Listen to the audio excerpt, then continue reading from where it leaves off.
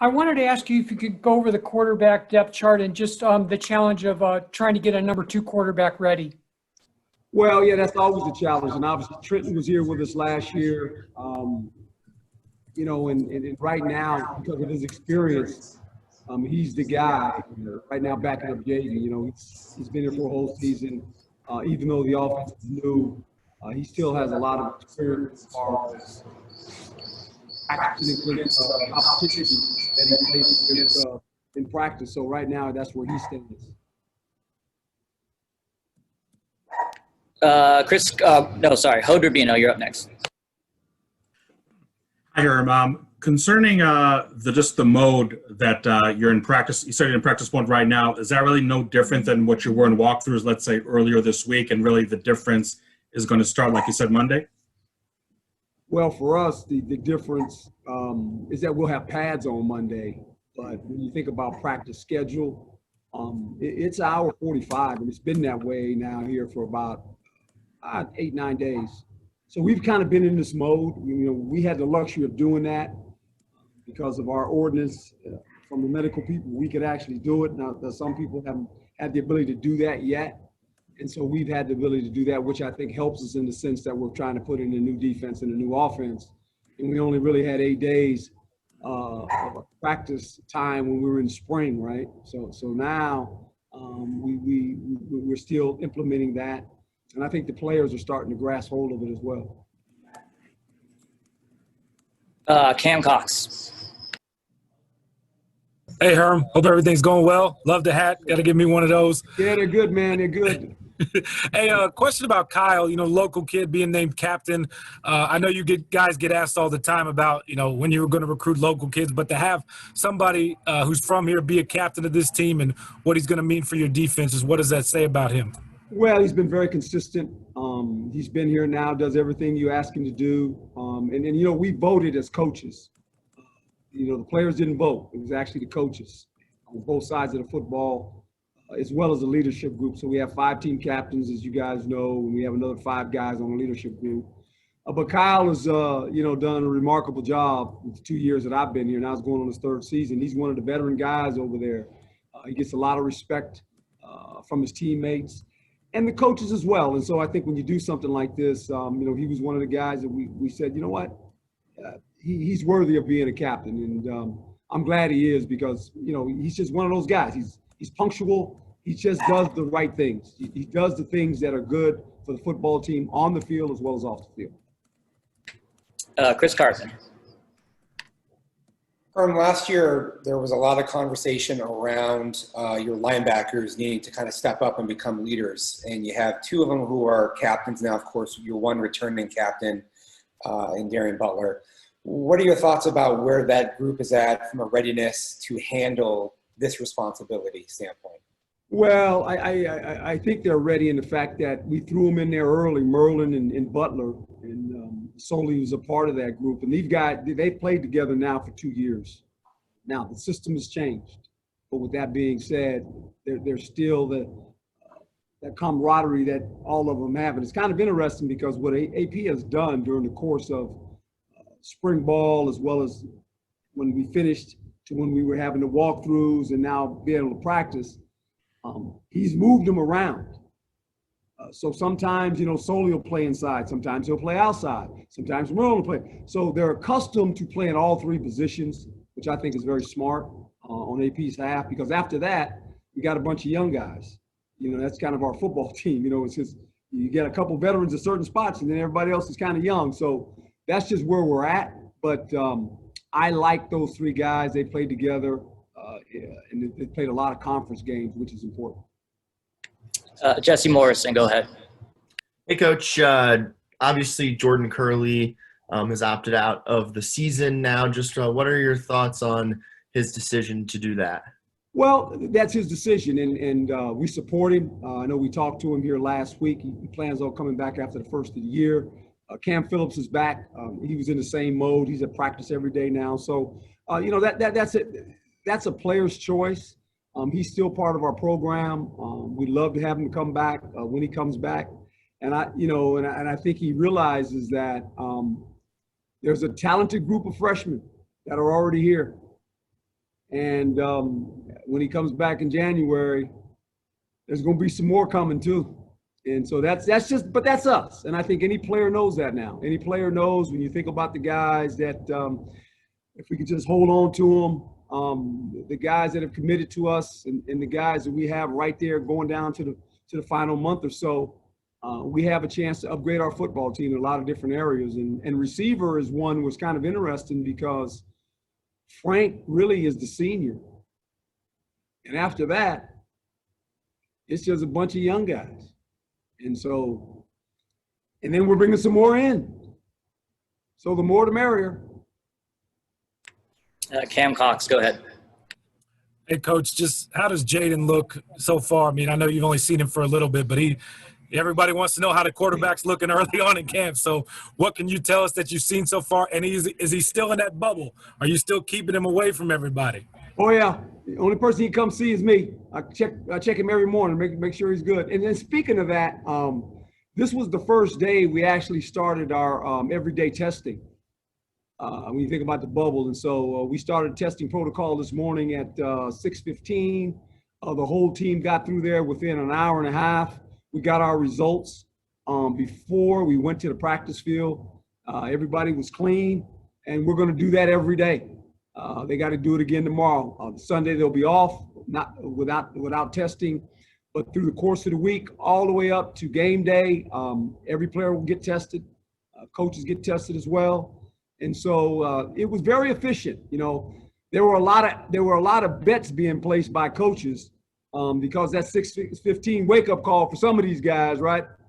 And I told the team I was betting on them that everybody's going to show up. And so I won the bet because a lot of coaches were laying odds, saying hey, guys are going to be late. I said, no, they're going to be on time. I was trusting them, so they made me feel good this morning. And then how did Jaden look today, Coach? He's good. I mean, Jaden's Jaden. And I think the thing that that you'll see probably out of him more is that he's really starting to get a feel of this offense. And it's built around his skill set.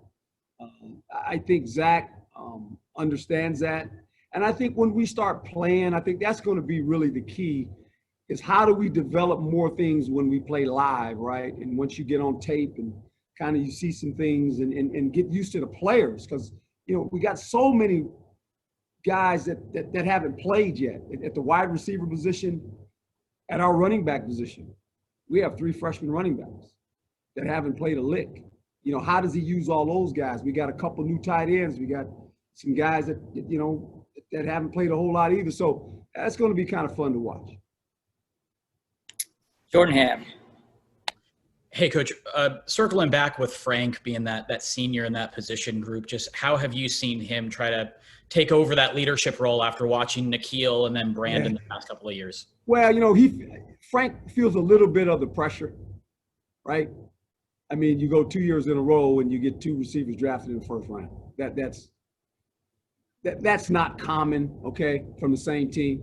It's really not. I mean, that's kind of one of those, how'd that happen, right? It goes under the radar.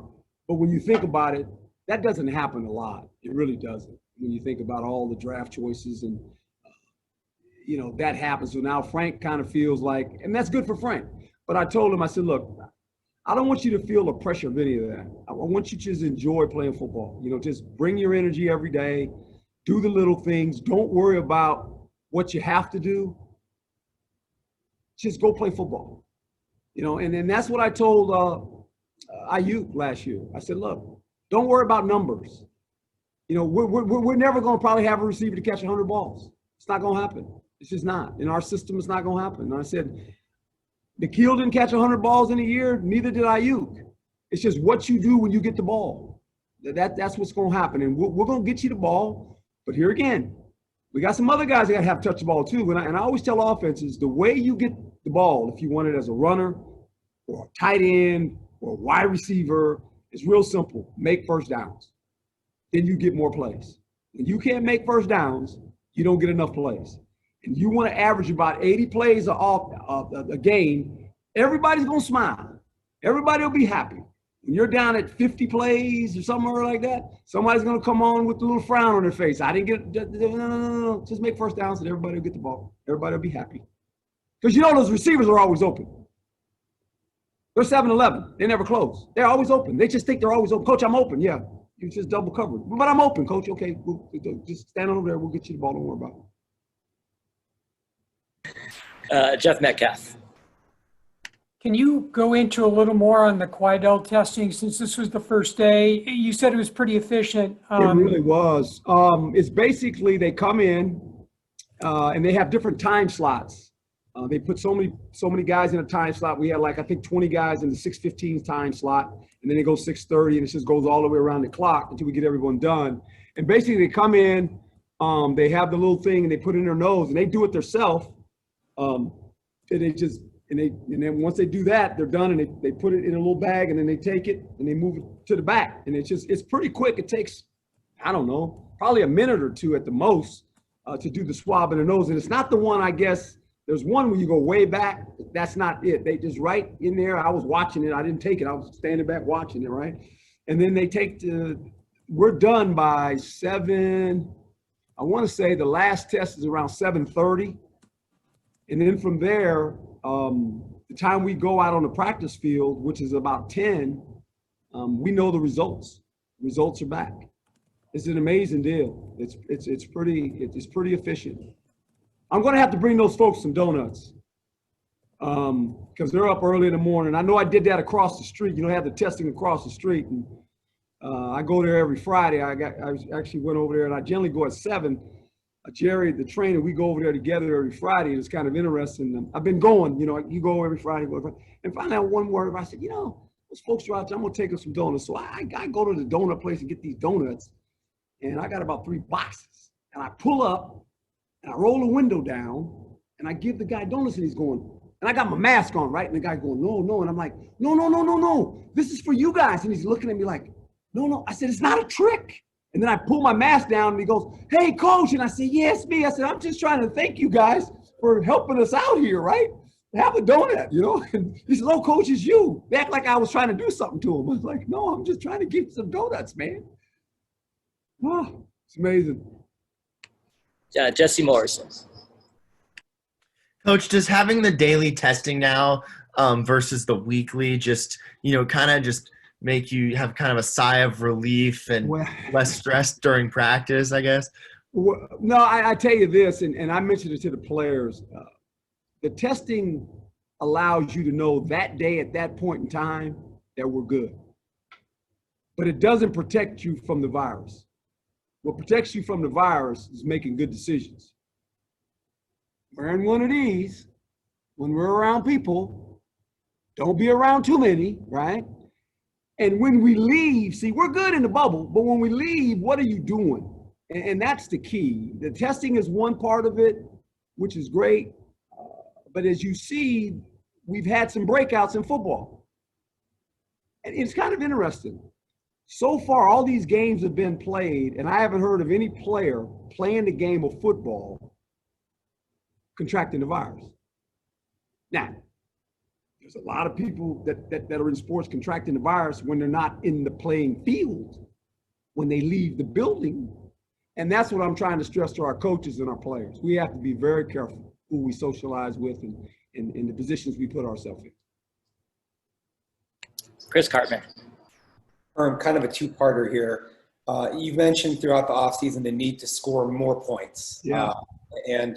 With the additional, element of how many new players that you have on that side of the ball that you're going to rely on, your offensive line, your receivers, running backs, et cetera, how realistic is it? And to be doing that kind of earlier this season or at some point this season? And did the additional skill development work that you guys were able to do in recent months accelerate that timeline of getting the new guys incorporated as part of that?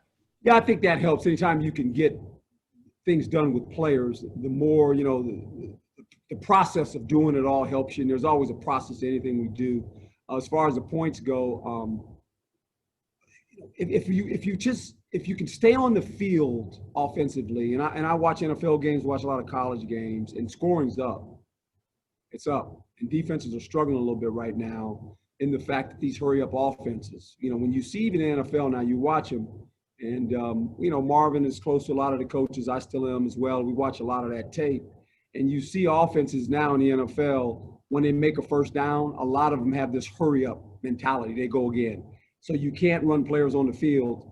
And as they wear defensive guys down, all of a sudden you can start getting big chunks, right?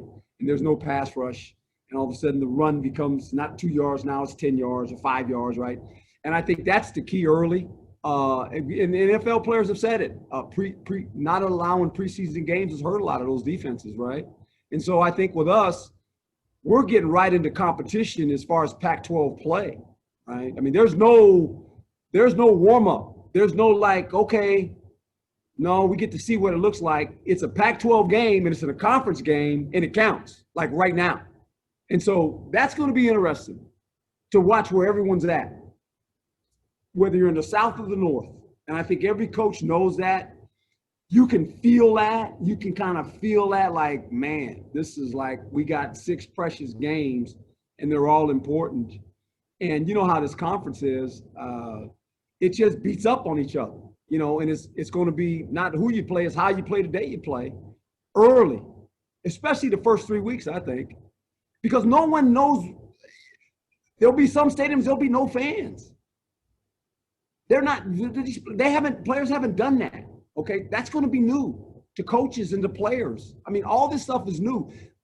Some of those college teams have already done this. I've talked to coaches about it, and NFL coaches and college coaches, and they say, Herm, it's different.